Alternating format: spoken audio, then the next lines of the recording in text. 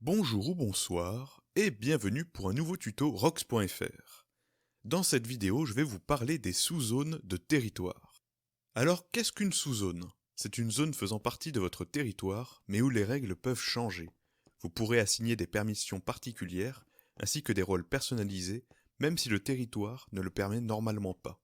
Par exemple, vous pourrez faire en sorte que les monstres ne puissent pas apparaître dans votre territoire entier, et qu'au contraire, ils puissent apparaître dans la sous-zone. Dans le menu du territoire, accessible via le menu rox.fr, puis Mes territoires, puis Liste des territoires, ou bien via la commande /land, vous pouvez voir une option concernant les sous-zones représentée par une barrière en bois. Cliquez dessus. On voit qu'il n'y a qu'une sous-zone par défaut, qui représente en fait la totalité de votre territoire. Notre objectif étant de créer une autre zone dans notre territoire, cette sous-zone par défaut ne nous intéresse pas. On va donc cliquer sur le bouton Créer une zone. À partir de là, il va falloir indiquer le nom de la sous-zone en l'écrivant dans le chat. Je vais la nommer Test. La sous-zone est maintenant créée, mais n'est pas encore attribuée. On voit bien que la zone Test a été ajoutée, mais comme il est indiqué, il faut la mettre en place sur le territoire.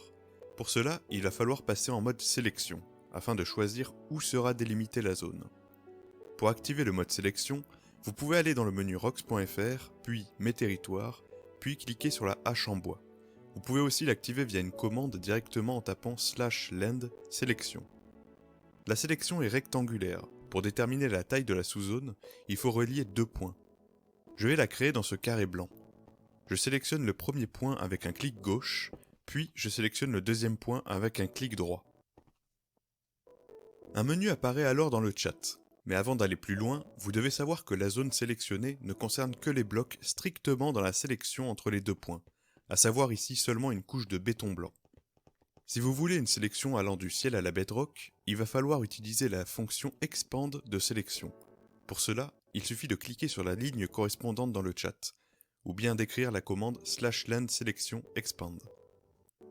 Une fois la zone sélectionnée, il suffit de cliquer sur la ligne correspondante à la création de sous-zone, ou bien d'exécuter la commande /land assign suivie du nom de la sous-zone. Je clique et complète par le nom de la sous-zone qui était test.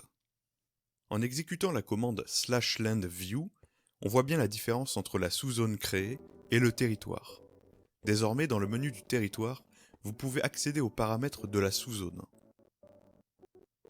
Tout comme les territoires, on peut choisir les joueurs de confiance dans la sous-zone, voir les invitations, mais aussi voir les paramètres de la sous-zone pour choisir si les animaux peuvent spawn ou non, activer la propagation du feu ou non, etc. Concernant les rôles, vous pouvez décider des différents accès que les habitants ou les voyageurs de passage pourront faire ou ne pas faire dans la zone, indépendamment du territoire. Enfin, dans les paramètres divers, en plus de pouvoir changer le nom et la description de la sous-zone, vous pouvez aussi changer son icône. Il prendra l'apparence de l'item que vous avez dans la main principale. On peut voir l'icône dans la liste des sous-zones du territoire. Pour terminer ce tutoriel, je vais vous expliquer comment louer une sous-zone à quelqu'un. Louer permet de donner la possibilité à vos habitants d'être libres de construire, détruire et même de modifier les paramètres à l'intérieur. Vos locataires devront vous verser de l'argent pour pouvoir continuer à accéder à votre sous-zone dans votre territoire. Pour mettre votre sous-zone en location, il suffit de vous munir d'un panneau et d'y indiquer ce qui suit. Sur la ligne numéro 1, il faut indiquer tout simplement Lands. Ensuite, sur la ligne numéro 2, il faut indiquer le mot Rent, qui veut dire louer en anglais. Sur la ligne numéro 3, on va indiquer le temps minimum de location. Donc c'est un chiffre suivi de D pour les jours, suivi de H pour les heures et de M pour les minutes. Je décide de mettre 1 heure. On peut aussi ajouter un espace et indiquer un temps maximal qui ne pourra jamais être dépassé. Sur la 4e ligne, on indique le prix par temps minimum de location. Je vais mettre 50 Rox pour toutes les 1 heure de location donc. Voilà, la sous-zone est maintenant disponible à la location. Et je vais laisser Timmy, mon cobaye pour ce tutoriel, louer la sous-zone. En effectuant un clic droit sur le panneau, et à condition d'avoir l'argent nécessaire, Timmy passe immédiatement locataire. Le panneau se met d'ailleurs à jour avec son nom et affiche le temps restant. En continuant de faire un clic droit, Timmy dépense 50 Rox et 1 heure se rajoute à son temps de location.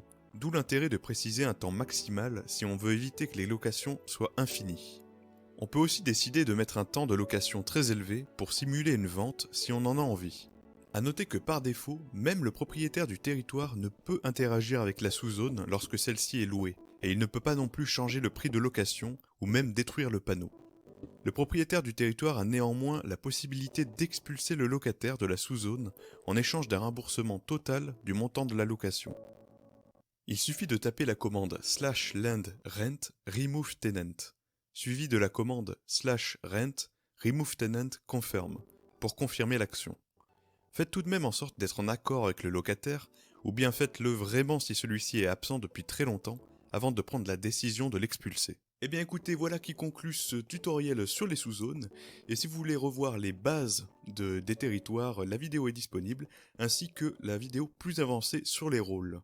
Sur ce, je vous dis bon jeu à tous, à plus. Rox, il faut l'essayer si tu as jamais joué. On s'en fout d'être pas à jour, les Roxiens sont des amours. Posez des questions, les joueurs répondront. Les embats sont là aussi au cas où y a un souci.